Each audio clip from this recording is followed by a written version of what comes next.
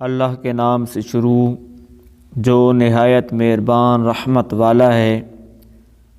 اور کافروں کی مثال اس شخص کی طرح ہے جو کسی ایسے کو پکارے جو خالی چیخ و پکار کے سوا کچھ نہیں سنتا۔ یہ کفار بہرے، گونگے، اندھے ہیں تو یہ سمجھتے نہیں۔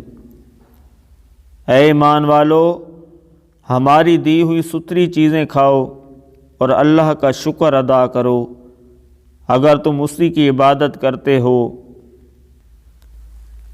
اس نے تم پر صرف مردار اور خون اور سور کا گوشت اور وہ جانور حرام کیے ہیں جس کے ذبح کے وقت غیر اللہ کا نام بلند کیا گیا، تو جو مجبور ہو جائے حالانکہ وہ نہ خیش رکھنے والا ہو اور نہ ضرورت سے آگے بڑھنے والا ہو، تو اس پر کوئی گناہ نہیں، بے شک اللہ بخشنے والا مہربان ہے۔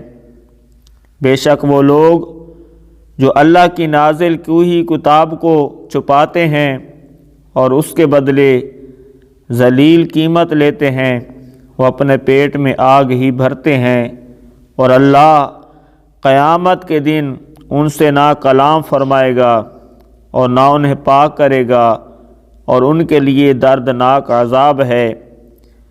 یہی وہ لوگ ہیں جنہوں نے ہدایت کے بدلے گمراہی اور بخشش کے بدلے عذاب خرید لیا، تو یہ کتنا آگ کو برداشت کرنے والے ہیں۔